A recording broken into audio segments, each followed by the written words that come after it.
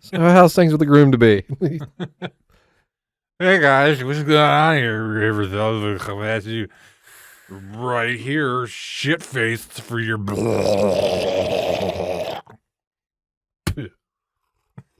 That would probably be how it goes.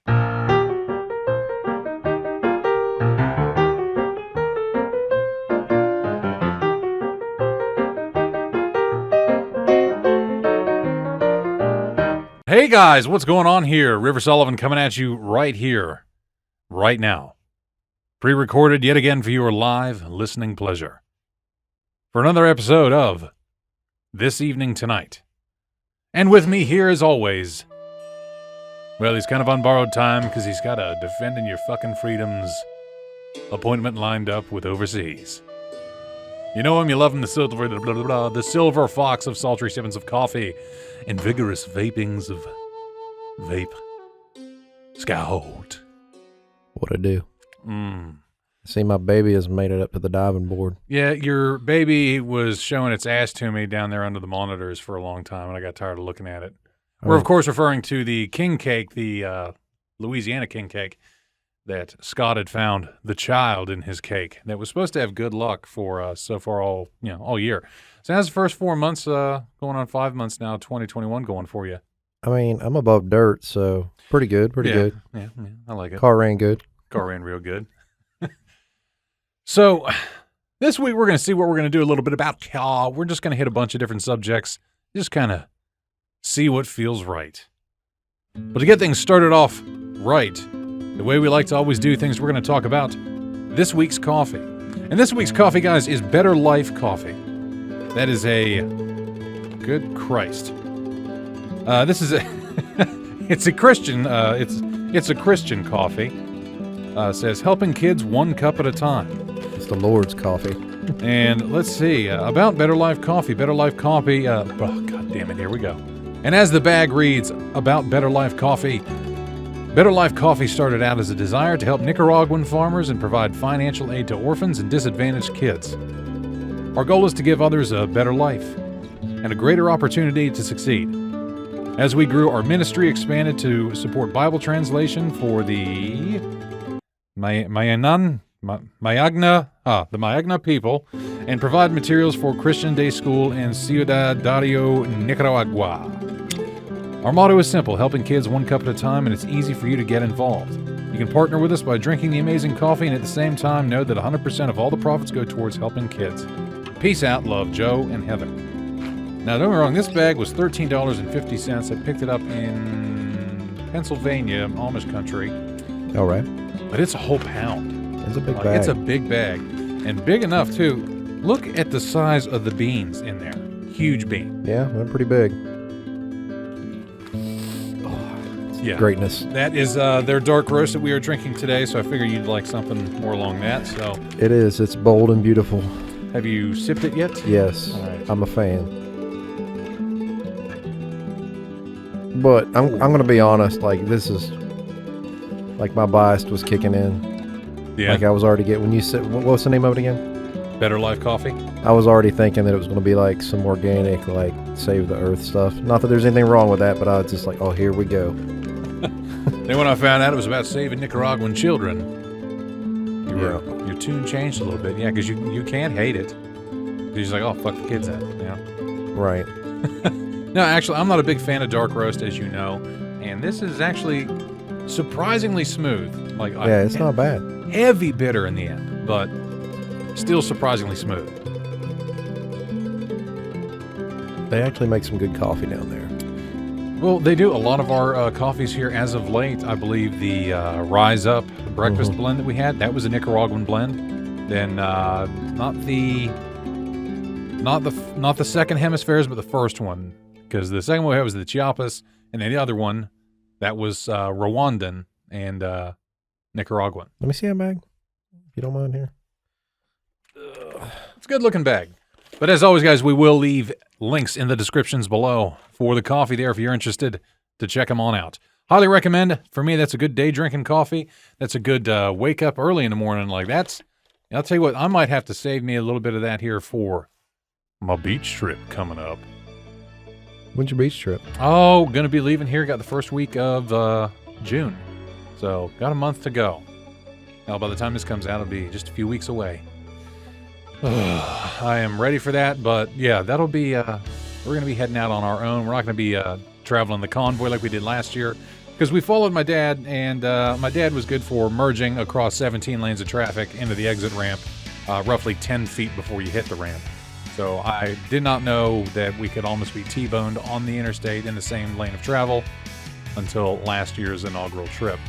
But yeah, definitely, I'm going to have something good like this to start me off, because I'm going to be up like 7 a.m., like on the road at 7. So I'll be up at like 5 getting everything ready. I want to hear you say that like the second day into vacation. Or are you just talking about the first day? I'm just talking about the first day to travel down there. No, after that, no, I'm going to spend that whole week sitting in the swimming pool, half drunk. Because every year that I go to the beach, I tell myself I want to get up at 6. I want to run on the beach like a champ. Feel great. Yeah, I wanted to do that last year, but then you know what I forgot the beach has? Humidity. Right. Okay. Holy Christ. We went down there, and hats off to my brother. He went out there and ran and had his little weighted vest on. He's like, bring your vest, man. We'll go out there. We'll do that ruck running together. I'm like, yeah, sure. I mean, I took my running shoes and everything, but I was like, it's vacation. Right. I ate my body weight in scallops. It's hard to do that when you wake up at 9 o'clock to the smell of bacon cooking in a frying pan. Yeah. Oh, Christ. Yeah, we got to do some grocery shopping here before, because it's me and all my other families, me and my parents, and then 2 brothers and their wives and kids, and then me and the old lady. So we all buy up some groceries and whatnot.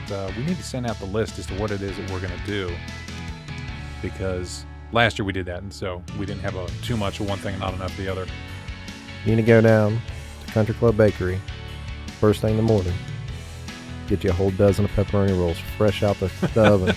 That's what we do. That's your road trip food right there. I know you're big on the pepperoni rolls, man. Like I don't think I snacked hardly on anything on that trip. Of course, it was a white knuckle thrill ride through traffic for me, because it was following behind my dad, Burt Reynolds, out of out of Smokey and the Bandit.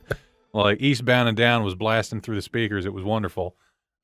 Yeah, but we're already plotting our own route. We'll get there when we get there. We just have to know what time that we're meeting them.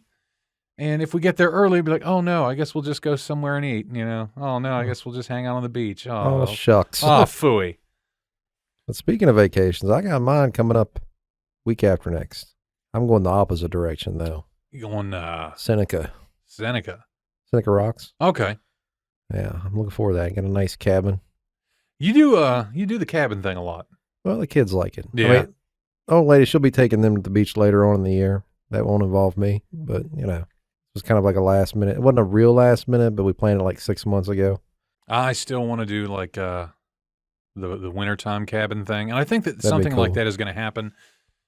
I was talking to Dave that will be filling in for you, who's also the best man at the Sully wedding extravaganza. I'm thrilled and terrified at the same time of this wedding. No, the wedding's going to be fine, but since he's best man, he's got to head up the bachelor party. So, you know, he was asking me, he's like, what do you want? I said, no, I don't really want what everybody else was screaming for. Because as soon as I got on there, like, oh, we're going to get you a stripper, we're going to get you this. I'm like, no, man, look, I want like steaks and scotch to be the theme. Maybe we just get a cabin for like 3 days, like those ones over. There's ones right down a few miles away from here. I said, let's rent that out for a Friday, Saturday, Sunday, and just, you know, dude's weekend at the cabin. There's hot tub and like pool table, and you got the great outdoors, and you know, we'll just smoke it up and drink it up and chill out. Yeah, like just want to be mellow, spend it in peace. You're going to do a special episode of your show from. I probably should. I mean, we could take the portable and set it up. We could set something up. Yeah, I've checked those cabins out down there. They're nice, but man, they're pricey. Yeah, but you split it up between like, because it's for you. I have like 8 or 9 groomsmen. Wow, you're doing it big. Well, she told me, you know, you want your best friends to be your groomsmen, and I said okay. And then she saw the list and was like, "Why do you have so many friends?" I said, "Because I'm a nice guy. I don't know. Are people good? I like people. I'm a people person." Which is weird though, because if anybody had known me prior to any of this, I was the shyest person known to man. Like, I was a very introverted individual. Well, I mean, we all go through our changes in life. I mean, there were things that I've learned that help break you out of your shell. One, being around people, but two is like petting my dog. Really helps me. It soothes the soul. And that's where I kind of want to steer the show here for a little while today. Petting? To talk about, yes, to talk about pets and the importance that they play in our lives and some of the experiences we had. You've had pets, right, Scott? Yeah, I've had a few. What was your first pet? I don't remember. I know I had a dog at some point when I was a kid. How do you not remember?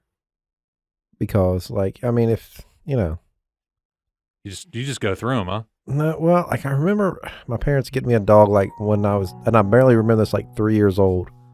But then I don't have any memories after that. I have no idea where it went, what happened to it. But then I did get another one later on that we ended up having to send to my grandparents because it wasn't a city dog, if you know what I mean. My first pet was Odie, the inbred Cocker Spaniel. All right. Yeah. Odie was a super cool dog. Me and my brother used to dig a hole in, like, the yard and then bury the dog up to his neck, and he'd sit there and be like, oh, and, like, we just bury him in dirt, or we put a t-shirt on him. Like, that dog wouldn't give a shit what we would do. We'd chase him up and, up one side of the house, up these stairs, and then he'd stay there, and we'd run back to the end, and he'd sit there and look at us, and then he'd run at us.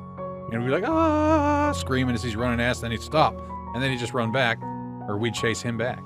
Like, cool dog. Like, I love that dog to death. Funny story, though.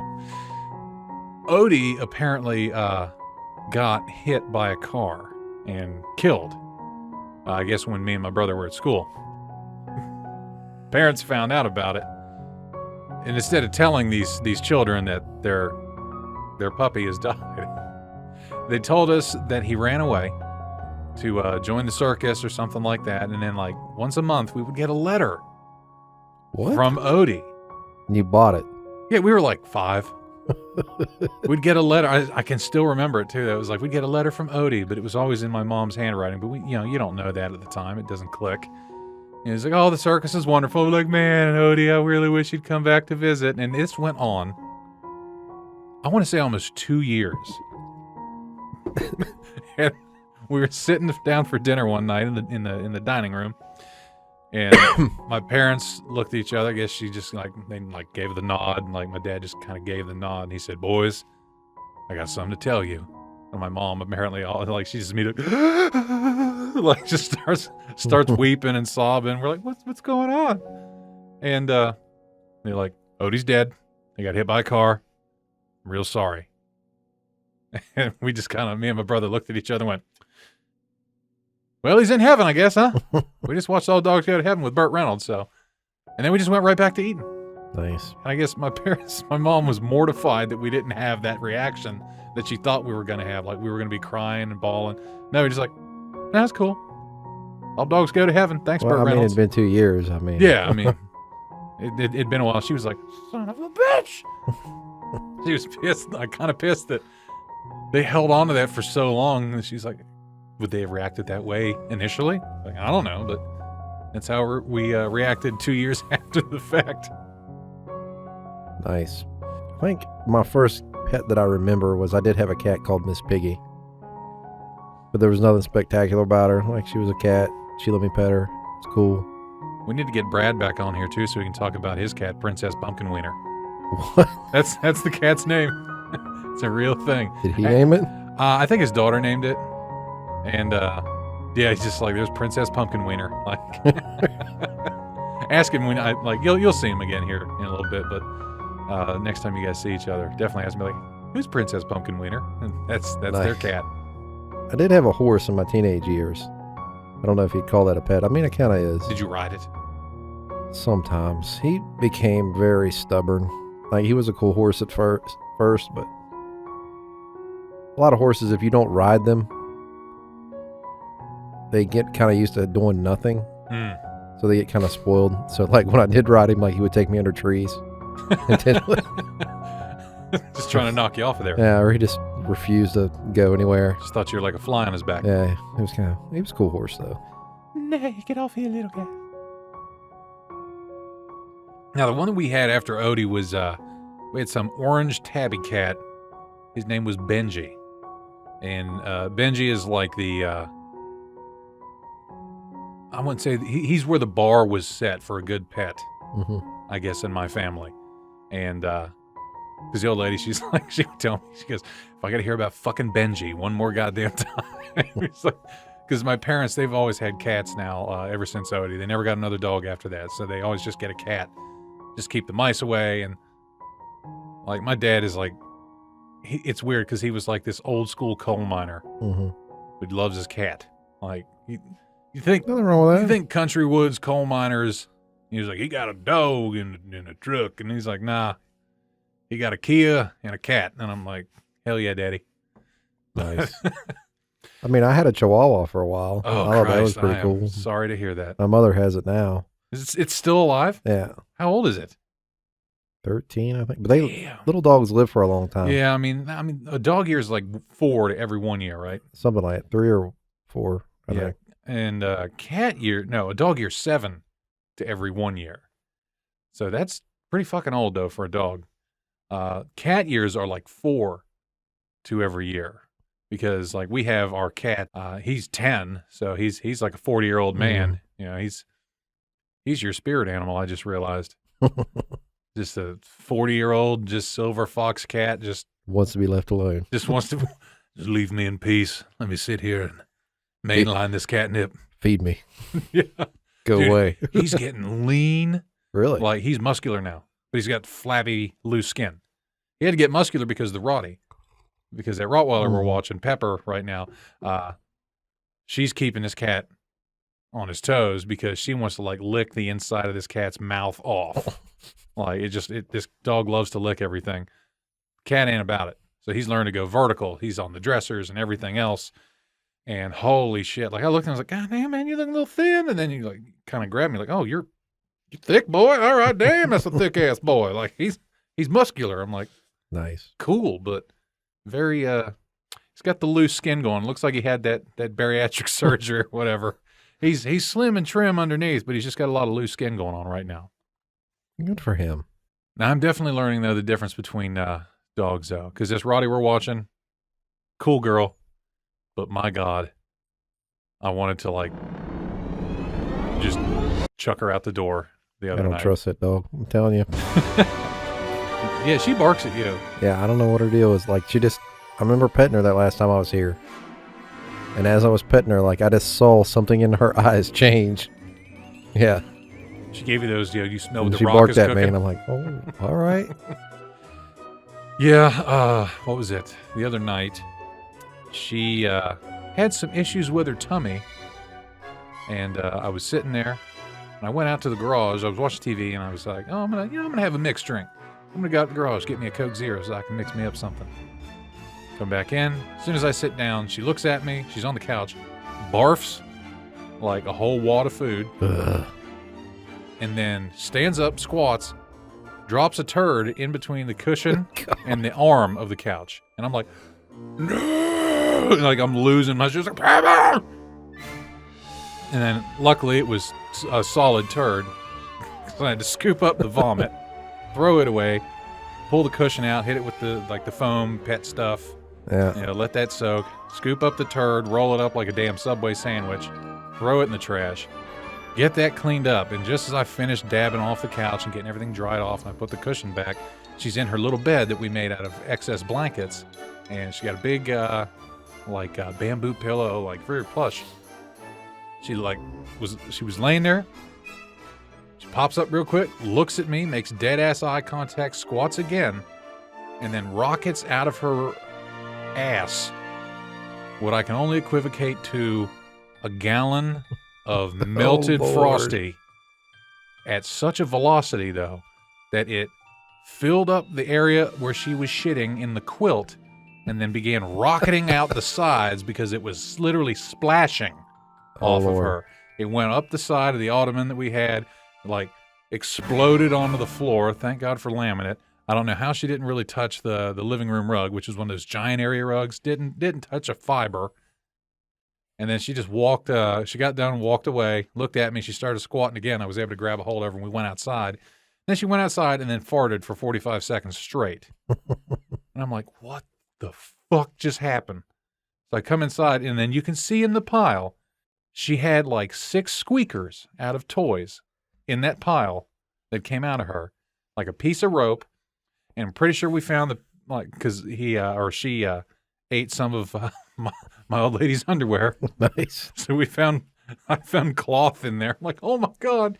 And what I could swear was a piece of rope. And I'm, how? Like, I guess that's just her body going, yeah, we got to let this go. It just, she filled the capacity full of toys. And I swear we try to watch her. Like, I caught her just today. Like, she ripped a squeaker out of a cow toy and had it in her mouth. Like, the T-Rex when it eats the goat in Jurassic Park. Yeah. Where the Rex leans its head back and you see them goat legs just going, like, that's what she was doing. But you see the squeaker, she's like, oh, I'm like, Pepper! She, like, stopped, went, like, spit it out and going, really?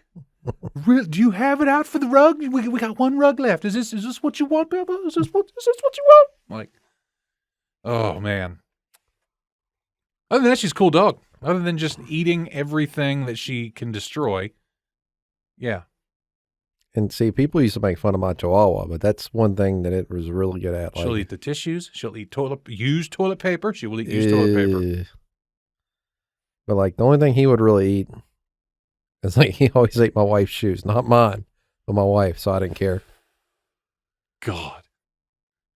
But hey, you want to know some other pet news? Send it. Joe Biden got another pet. Really? Yeah, they got a cat. It's not as cool as Jim Justice's bulldog. Yeah. Look, guys, if you ever are familiar, or even if you're unfamiliar with West Virginia's Governor Jim Justice, Big Jim. Google Jim Justice on images, and you'll get to see. He's a large fella. He's very sturdy, But then you Google Jim Justice's dog, who was a bulldog, an English bulldog, that looks just like him. And that dog, I saw the picture of him, and I'm just going, why do I feel that dog has just wielded more power and probably made more decisions on an executive level than I ever will? Because he's made of gravy, pretty much. They both look like they were made of gravy. But back to the White House. President Biden, First Lady Jill Biden announced on Friday that they're bringing a cat to the White House. He's waiting in the wings, Jill Biden told the Today Show, quickly correcting herself that their new pet is actually a she. So it turns out they have a female cat, and that's all that we can hear or see on it via the news. Yes. A sex toy company received an award from Queen Elizabeth. I read that article today. I just saw it. Out of sheer boredom. It's because of their sales.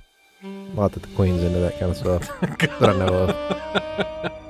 Love Honey, the biggest online adult retailer in the UK, received the Queen's Award for Enterprise. All right. Look at their sales numbers. Pandemic's been great for them. According to the government publication, Love Honey's overseas sales have grown 365% since 2015, and the percentage of sales exported has risen from 27% to 45%. Holy shit! They're selling a hell of a lot of Hoosker do's and Hoosker don'ts, with or without the scooter stick. Well, they're chalking it up, I guess, to like 50 Shades of Grey, like. Oh, they got a license to create a 50 Shades of Grey product line. And they just have a picture of the Queen there just smiling like way too big. Like, come on. Come on, news. I don't know where to get with that. Like, that's... no, I mean, we're just looking over the news, I guess. That's an achievement there. Well, you can tell summer's here because there was a bear in Florida that ripped through the screen in a swimming pool to cool off. That's how I feel when I'm in the Middle East. Get very angry.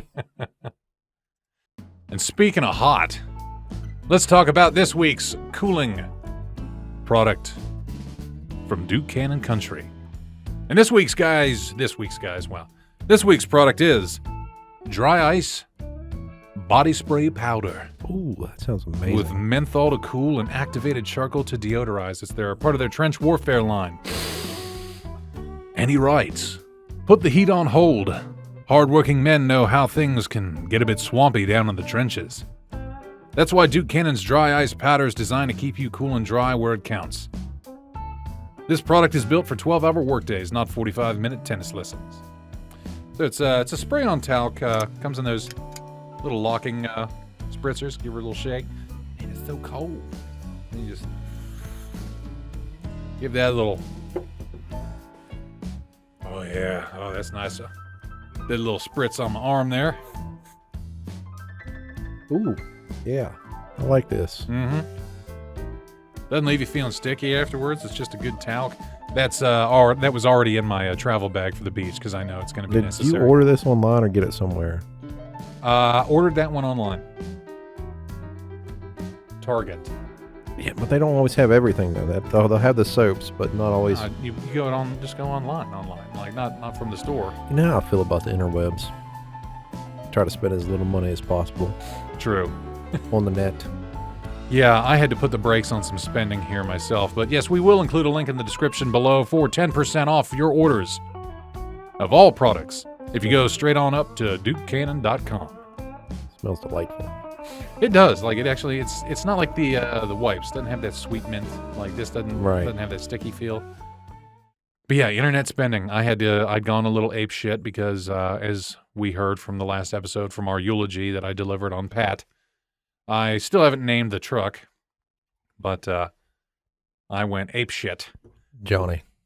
Yeah, Johnny Cash. Okay, damn it. Okay, now it's sticking to me.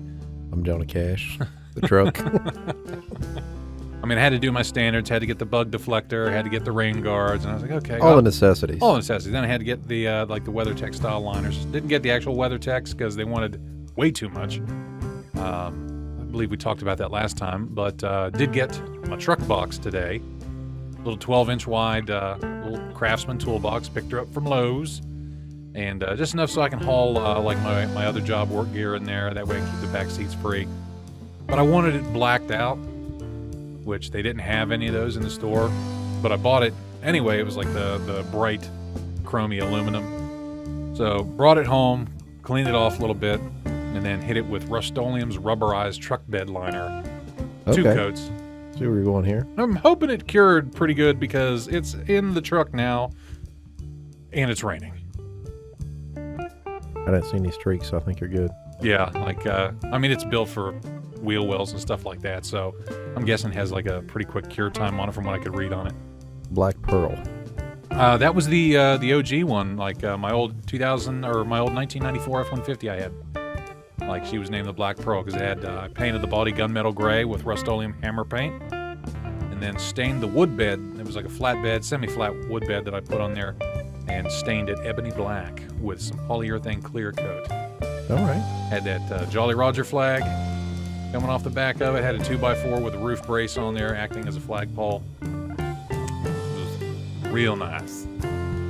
So yeah, I was thinking about Black Pearl too, because man, everything, like I said, the badges, the rims, everything is just murdered out. Like it is blackened. The Sith Lord. I don't know. Then I got yes. I'm sorry. Yeah. I'm good. Cool. Okay, now I'm good. Roll up. Yeah, I got all that stuff put in there. I'm sorry. I'm really not. Jesus. Like I swallowed wrong and it's not, it's just feels weird. Let me get some coffee in me. me. You hate that in your life when you swallow wrong. Big gulps. Take it all. All right, I'm good. God. It's like Whew, it's still tickling. Okay, I'm straight. You sure? I'm positive. Okay. Kinda. So I got all the external stuff bought for the truck, and I picked up one more item that was definitely not a necessity that I let my brother talk me into. The CB radio came in yesterday, along with like the whole whip antenna, everything. Like even got the external speaker, all sorts of bouginess here that I'm gonna be all, breaker 19 and things left and right. Very nice. He got me talked into it. He's like, on the beach trip, He's like, we talk to each other. And I was like, I don't think we're taking the truck. In an emergency situation. Yeah, see, that's how I justify it. I was like, in an emergency situation, if the cell towers ever go down, you're going to need to communicate. Wonder if I can fit one in my Jeep. You could. I saw people put them in Renegades. It'd look weird. Well, I got that old Sears CB as well. I haven't even checked to see if that one works. That one was my grandfather's. I mean, I'll have nobody to talk to but you, but... Apparently there's a lot more people than we know that run these things. Yeah, I thought CBs had faded out in the 90s. No, apparently they're still holding strong. I mean, mainly for truckers, but Right. my brother said that he would listen to he tunes into the school bus drivers because they use CB, and he'd hear them like waiting in line at the school, and they'd be talking to each other like, man, look at that fat ass over there. What are his parents feeding him? Like, they're talking shit on these kids. Like, in between each other. And then my brother would be like, yeah, I don't know what they're feeding him. This ain't a bus driver, though. And they'd be like the net would just go dead. Nice. But, man, he says it's like a 4-foot whip that my brother has on his Cherokee. I swear the thing's every bit of 12 foot long. Like, I look, there's like car, and then you're just like craning your neck to see the end of the damn thing. Bigger is better. But it's at like an angle, so it looks like a RC car almost. Like, it looks like something you'd see out of Rocket League. It's amazing how in Appalachia, when you buy a new truck, it's not just a purchase, it's an experience. It's a process. It's a love affair. Because then come the accessories. Yeah, like I've never immediately accessorized a vehicle as much as I have this one. Yeah. I mean, it's a truck. You got to. But, it wasn't anything crazy, really. The only thing excess, I think, was the radio. And the truck box I didn't have to have, but I really wanted to keep the backspace clear. You need a good brush guard. Yeah, they don't make brush guards for that. They make a bull bar. You'd have to replace the entire bumper to do a full brush guard. Do it. Don't want to. Why? Because I like the front end as it is. There's too much shit to rip off there. How are you going to perform pit maneuvers? The bull bar. I mean, the bull bar you can push with. Brush guards for, trees and deer. Yeah, but you got to hit it at an angle to do the proper pit maneuver. I mean, I'll duct tape some steak knives to the corners. No, you put those on your rims. Have you seen those rims? They're very fancy. I don't want to mess with them. Yeah. As much as I hate fancy rims, I told him, I said, can we please just go with regular steels? Apparently that's illegal to swap them now. Say it again now? Yeah, to swap the rims out at a dealership with factory steels, they were like, yeah, it's illegal. Why is that illegal? I don't know. They told me why, and I just can't remember. They said it was something about, let me think. Too many people were swapping them out, and you put the wrong rims on the wrong thing, even with the correct lug pattern. People were getting in accidents. That sounds nefarious. Yeah. And I get it. I mean, some people would try to sell the rims and this and that. And that's what they told me. They said, your best bet would just be to, since that is your property, you should, if you want to get rid of them, sell the rims and then just take the money you get from them and get it on, regular steel. Yeah. I said, okay, but now I got them on, they're on there and I'm not worried about it.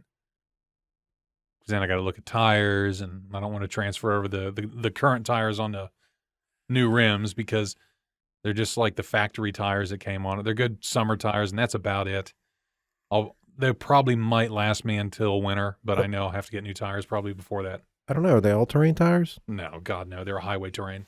Yeah. They don't put that shit on there unless you get like the super duper off-road edition. Like if I got like the Pro 4x4 edition Frontier, then I think they came with something a little bit better. They probably just put winter treads on them, but yeah, this is just the bouginess that is the Midnight Edition because all the badges are blacked out and the rims are blacked out. What's your name? Midnight. It does. It has a midnight fucking badge on the back of it. I mean, I mentioned Afghanistan, but I don't know. Like, that's might be kind of political, but As opposed to last week's. man, you're not going to let me live that down, are you? No, that's the point. Like, I thought it ended up like I finished the editing on it yesterday, and I thought it ended up like it was a really good show. It's got a lot to say. Don't get me wrong. I feel that's one of the higher ones that's going to ruffle some feathers and piss people off. But in everything that we say, we pretty much cover bases on it. That one, it's an opinion, and two, like somebody has to defend each side. So we can never be accused of picking one. I'm sorry, folks, if I offended you in any way, but, you know, I have an opinion. I'm a person. That's the thing. Like you were not as much of a firebrand as I think that you came off as. Like, you had passion and conviction, but you weren't going to any rallies. You weren't wearing Hawaiian shirts with tack gear. You know what I mean? Is that a thing? Yeah, those are called Boogaloo Boys. That's so dumb. Yeah, it's some weird Sons of Patriots thing. I don't know. I guess they're actually labeled as like a terrorist organization now. Like they get all tacked out, but they wear a Hawaiian shirt under their tack gear, and like, which is not tactical at all. Yeah, no, absolutely not. It's urban. Not even in Hawaii. It's an urban warfare / I mean, you think about it, it's almost like gang attire. Flying the colors. Yeah, you're flying your colors. Yeah. I mean, really, it's just. Or the pattern, I don't know. No, I mean, it's just all, these guys wearing Hawaiian shirts. Like, and that's the thing that kind of pisses me off. I love wearing Hawaiian shirts. What are their politics? Are they right wing, left wing? They're very right wing. Hmm. But yeah, I love wearing Hawaiian shirts because they were $5 at Walmart. And you can conceal carry real nice under them. Like, because I'm a constitutional kind of carry person myself. I believe in the Second Amendment. And I believe that I can carry for personal protection as long as it's legal. Do we want to get back down that rabbit hole? No, I'm just saying, though, it's like, I'm just worried now because of stuff like that. Not worried, but, it's a concern now. Some rando on the street is going to see me and the wind blows, and then you can see my concealed carry under a Hawaiian shirt that I like to rock. And they go, oh, extremist. Better call the DOJ. Better get the feds in on this guy. Like, I really worry about, like, the government, especially the DOJ and the DOD. Really, I feel like they're kind of widening the definition of what an extremist is. I feel like that could have a very negative effect, and I don't know why. It doesn't sit right with me. No, I understand it, because that just goes back to, if the definition's now like what X or what 2 + 2 = 4, then how long before that same equation comes to something that you're the answer to in said equation? Right. If you keep moving the line of what X is, you may find yourself as X, is what it feels like sometimes. There's a really good book out there, knowing what it is that we've been talking about here between pets and firearms. I got this book actually from my oldest brother. It's called How to Talk to Your Cat About Gun Safety. It's a real book, and it is phenomenal. Sounds weird. It's great. You can look it up on Amazon. I got it for him as a gag gift, but somebody actually wrote like a 200-page book on how to talk to the cat about gun safety. This man is a genius. And then it was lady, about whatever. Drugs, alcohol, and like the whole like Satanism. It's like, what do you do if you see your cat playing with a gun? You tell them to stop. It's not cool. Like, it's pretty much, if you replace cat with child, it's almost interchangeable. Okay, but yeah. They have a bunch of pictures of cats with guns, which is kind of funny. That brings up another thought I have. It's like, if we're going to continue down this road of defunding the police and curtailing their powers, I mean, if that's the direction the country wants to go, we're a democracy, right? Mm-hmm. I personally don't think it's a good idea. But if we do that, let's stay hands off with the Second Amendment, because it only makes sense to me. A lot of people I know compare like American police forces and police forces in the UK. Like they don't carry guns, only their special teams do. Yes, but they're always on standby. They are, and the British people call them the real police. But the thing too is, like in somewhere like that in a country like that where this heavy gun control, what do they have in excess of in their crime? Like over here in America, we have the most liberal gun laws in the world in comparison to the rest of it. We have, in concert with that, higher gun violence. But see, this is the key factor, that the gun laws aren't the same everywhere. True. But then you look over in the UK, right, with the tough gun laws and everything, and the police that don't even carry. Yeah, the gun crime is very low. Stabbings, like you're always somebody hitting somebody with a bus, or like the main one is slash attacks. It's just some guy with a knife just slicing, acid attacks, just slicing and slashing as many people as possible. Right. Like, I get it. Like, I don't know if I'd rather be cut or shot, to be honest, because I'd rather be shot. Like, I feel like unless it's an overwhelming amount of firepower, like your chances of survival are better, depending on where it hits. Like there was the old adage of knife fighting. like skilled military trained knife fighters, stuff like that, where if two people of equal amount of skill engage in a knife fight, nobody wins. Mm-hmm. Because you could have sliced a guy 13 times and he only sliced you 8, but chances are You're both going to die. you're both going to die because somebody that's trained with a knife, they're trained to automatically go for the most vital part. Now, let's caveat this with, like, if we're going to go with the gun violence thing in America, and obviously I'm not up to date on the statistics, I'm going to go ahead and assume that most of the gun violence is in areas with the strictest gun laws. What, here? Urban centers in America. Yeah, and it is. I believe Chicago and New York. And when you hear gun violence, it just depends on, like, what are we using to populate that category? Are we talking about people shooting people, suicides? Because that's, like, as far as gun deaths, I'm pretty sure that's one of the up there at the top, you know? Yeah. Which it's not good, but it's not like. Yeah, it's hard to really draw a hard line or a hard measurement on something like that when you consider the fact with Chicago and New York City with the highest gun violence crimes out there with the strictest gun laws. But you also have so many people just stacked and packed in there, like we talked about before, about Right. how packed these cities are. So, like, I also feel it's like a cultural difference, too. yeah. Like, I feel in areas much like here, like, we grow up with weapons and we're taught to respect them. Not that that's, you know, the end all be all, but it's very different. We take things like that very serious. As opposed to what? You got me there. I don't know where I was going with that. Because I was going to say, I mean, Like, yeah, I can agree with that. We grew up with gun control and gun safety, but I know a lot of people in the same areas that we grew up in But do stupid things. that were like, Touche. hey, look at this. I'll strap an M80 to this frog and I'm going to shoot it. Like, there's people do just as much stupid shit with guns in rural America, if not stupider or more stupid. Yeah, you might have a point there. Like, there's think about what was it? Remember the movie Three Kings? George Right. Clooney, Matt Damon, Ice-T, I believe. And then they had like that random redneck, right? You know, he talks about he's just like shooting stuffed animals and blowing shit up like that.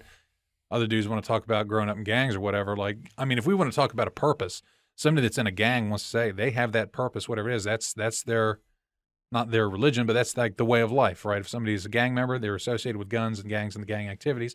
They're using that for their purpose. It's like their line of duty. You know, I use that gun for my job. Then you got, you know, Delroy that's got 18 shotguns. I mean, but Delroy's not hurting anybody. He's just shooting stuffed animals and M80s getting shoved up frogs' asses. But I think you're painting with broad strokes right now. we have to. But on the same token, like what a lot of us are brought up with the purpose that this gun is to defend myself and my family. Like, it's my job. You know what I mean? No, absolutely. And again, though, that goes back to different upbringings. Not just that, you know, for many of us, it's a food source. Yeah. Yeah. Don't just me. No, I will. I will. Yeah, you all at once, sir. No, I agree with you. There's no simple answer, I don't think. No, there never is. But to me, that is I feel the like oldest argument. But it's also one of the biggest beauties of this country is that we can have those arguments. That you can't just have a definite answer. I mean, say what you will for anything that were with the shots fired. What, dog? I think the media has painted these mass shootings as something they're not, more than they are. Not that I'm minimalizing people's deaths. It is tragic. But I think if you probably sat down and looked at the statistics, I don't think like it's this huge wave of violence. I think they just blow it up and they It's an expose thing. yeah, it's a headline. It's an attention grabber. I did notice that as soon as political parties changed with the election, like all of a sudden we're having shootings across Wow, the it's country. so weird. Like, there's so many mass shootings now. Well, it was funny. A lot of them were occurring before that. Like Right. there's been shootings, but then you look at like you said, the definition though of mass shooting. Maybe that changes. You know. Well, from what I understand, like in the criminal justice world, it's 4 or more people. If that were the case, I'm sure there's a lot of mass shootings going on in Chicago right now. Yeah. Good God, yeah, Chicago had like 70, I want to say 70 people in a weekend got killed. Right. Like, it was insane. And that was, again, one of the most very conservative on gun laws in terms of cities. I also think that those other countries are like, they're very different than us. Not saying it's better or worse, but like, we just take the UK, for example. They know no different. Like, I mean, for God's sake, they have a monarch. You know what I mean? They're used to being told what to do. You know, like, that's their expectation of the government. But for most of us, even though, you know, we're experiencing that rural to urban shift in our population, like, for us, it's crazy to think that we're just strictly going to depend on law enforcement for protection, you know? Mm-hmm. Yeah, I know there was like, for all the gun control too and defunding of the police, what was it? I want to say it was Senator Lindsey Graham. No, it wasn't Lindsey Graham. It was one of the senators for Louisiana told, I guess, the constituency or whoever, he was in some press conference and said, well, if you want to defund the police, that's fine. But just remember when a violent criminal or something's happening to you, don't call the police, call a crackhead and see if they'll help you out. Like, he was very blunt about it. He said, call a crackhead. I'm like, Jesus, dude. I feel like that's the wrong message to send. I mean, I get it. He's being fired up. He's probably being a firebrand for his party or whatever. But it just feels sometimes more and more like common sense just gets pushed to the wayside. Like, why don't we do this? Because that would make sense. Well, why can't we just calm down and actually talk about this from both sides instead of going crazy? But that would make sense. No, I agree. Like, there are definitely some changes we could make. And why can't we just stop yelling and throwing Molotovs and cans of soup and batoning each other and bear spraying and tear gassing on both sides? Yeah, stuff sucks. And figure shit out. You can throw a tantrum all you want. You can throw a fit like a child and burn cities and burn shit to try to get what you want, but that never gets the point across. Why? Ultimately, you're not really hurting the people you're probably intending to hurt. Because it would make sense. Yeah. I don't know where that passion came from right there. I don't know, but I like it. It was inspiring. I just think, like, we've been preaching this now for I don't know how many episodes. People need to calm the hell down and talk to each other. You might hate me, Scott, just using it hypothetic, if I'm on the opposite political affiliation as you. I try not to hate anybody. But for the sake of the argument. Why? Like, people have to, you can't burn and pillage your way and make noise to get what you want. Well, I mean, I guess you can when it comes to burning cities down, and whether one party or affiliation or faction wants to say that was their purpose or that their message was hijacked. Well, you're seeing a lot of people cave. Yep. Minneapolis, their crime rate's gone up 300% because they caved to a mob because they don't want their house to get burnt down. And that's a shame where we're at now as a country and a society. If people could just talk shit out. But you know what people are going to say to me? Well, we tried talking. Well, you didn't try talking to me. Or you tried talking to the wrong person. We talk about catching more flies with honey. What that means is if you come at somebody hot and angry and pissed off and bitter and yelling and screaming with your mouth open, it means your ears are closed. People need to learn that. People need to feel that sometimes you have to listen so you can be heard. Because your message is never going to get out as long as you're screaming. Because I know if you grow up around somebody screaming and bitching and complaining all the time, you're going to tune that out. Well thought out message, well thought out want and need for a change and whatever it is that you want to change. Do it right. We don't have to do this shit without hurting people, like without burning things to the ground. Yes, if you truly care about people, you will not use those methods. But I think the old adage is true that a wise man listens more than he speaks. Absolutely. I struggle with that and work on that daily. I mean, you know me for, at the other job, God, it was probably Like my first year that I was there, I didn't really say much. I just kept my mouth shut. It's not true. You came and talked to me. To you, yeah. But in terms of like politics and how shit worked, I shut up and I listened. And I bided my time and I waited.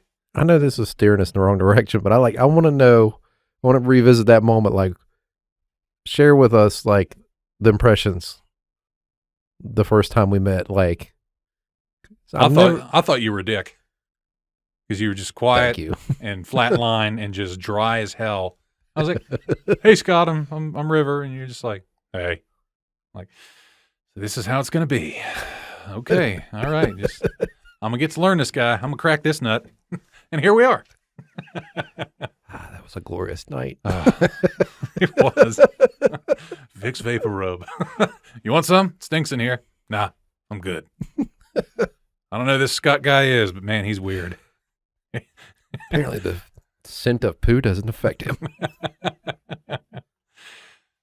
I'll tell you more about that offline. Yeah. But speaking about offline, guys, it looks like we are all out of time. Say it ain't so. Yeah, it is so, unfortunately. I know we had so much to talk about.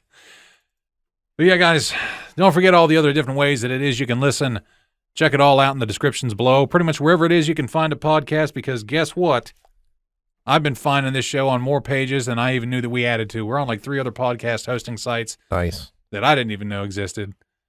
So check us on out there. Also, feel free, if you got the Alexa device, to get the app here from Amazon for the This Evening Tonight app. So you can just say, "Hey, Alexa, play This Evening Tonight," and she'll happily oblige and play the latest episode.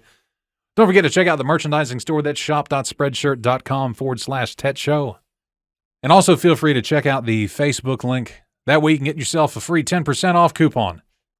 Valid at DukeCannon.com for all your Duke Cannon and hygiene needs. But all right, everybody, thanks for stopping by. Thanks for tuning in. Until we see you here next time on the show, we hope to see you happier, healthier, and a little bit less bitter. Peace out. Bye.